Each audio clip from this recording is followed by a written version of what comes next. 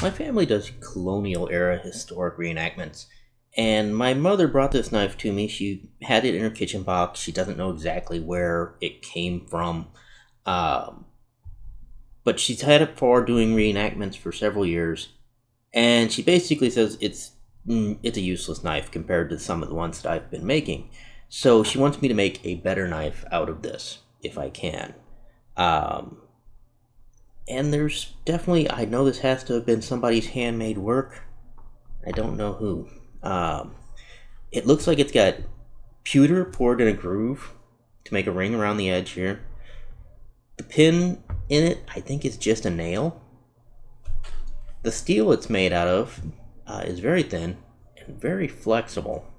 So I think it might be a saw blade of some sort, like a mill saw blade or bandsaw blade of some sort.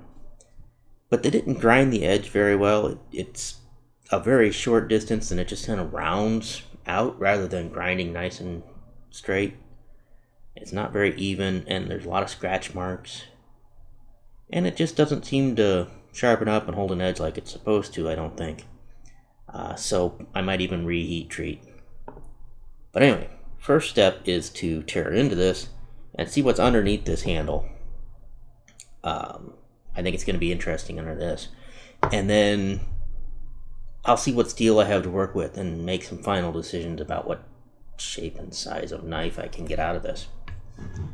Alright, first things first, this pewter piece is already cracked. At least I assume it's pewter. Let's pop that off of there. I already had another piece up here that was broken off of it. And there appears to be wire underneath of it. Twisted together.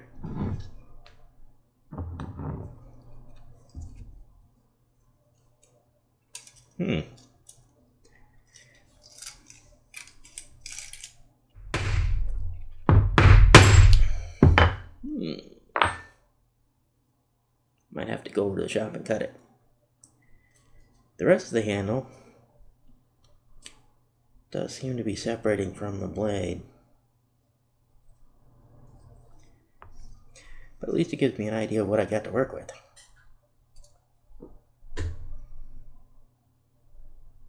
Was not counting on these notches, but I think I can make that work for what I want to do. Okay, after giving it a little bit more encouragement than I was giving it, I found out that it is in fact exactly what I suspected. It's a nail. I was able to drive that pin out. It's actually an aluminum nail, so fairly modern. And I just drove it down until I got the scales out enough and kind of cut it off. So that's gone. And now we have just our blade, just what's left of it. There's a rough hole here where the pin was. Some really rough grinds right there. I have to straighten all that out and make a better tang out of this. And then, of course, the whole thing needs some reshaping.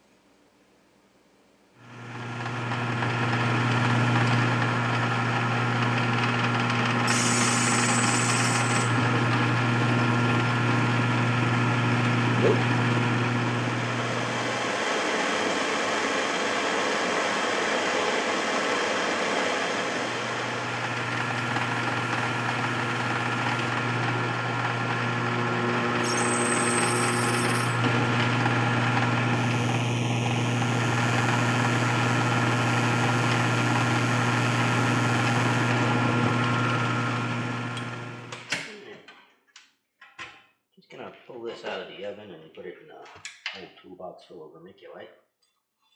Let it cool as slow as possible.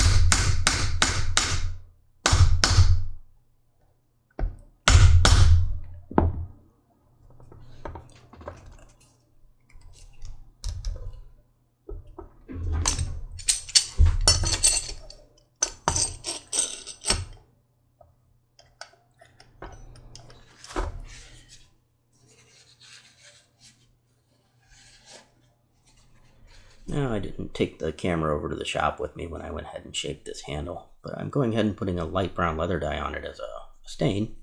I'll do a couple coats so that it soaks in good and deep. One of my favorite ways to stain this is curly maple.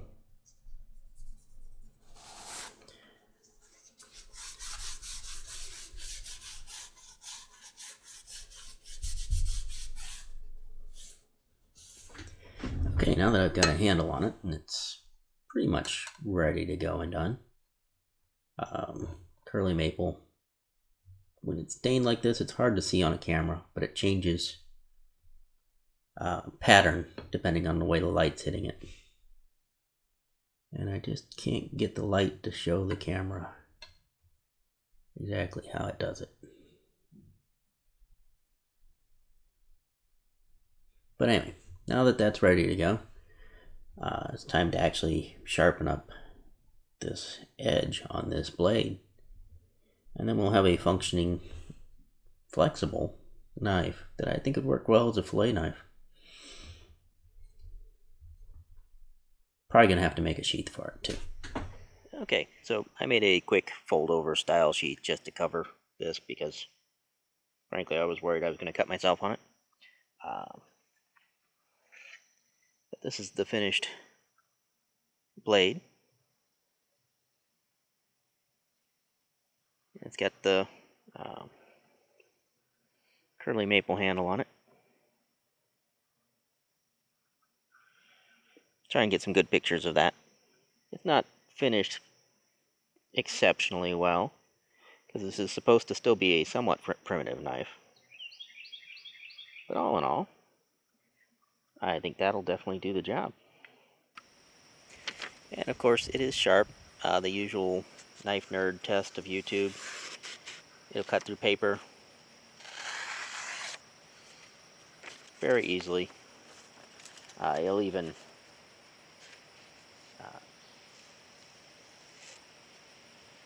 kind of skive through it as well. And my usual way of testing a knife is actually to cut leather with it. And in this case, just slide the point through. It makes a nice clean sound as it cuts through.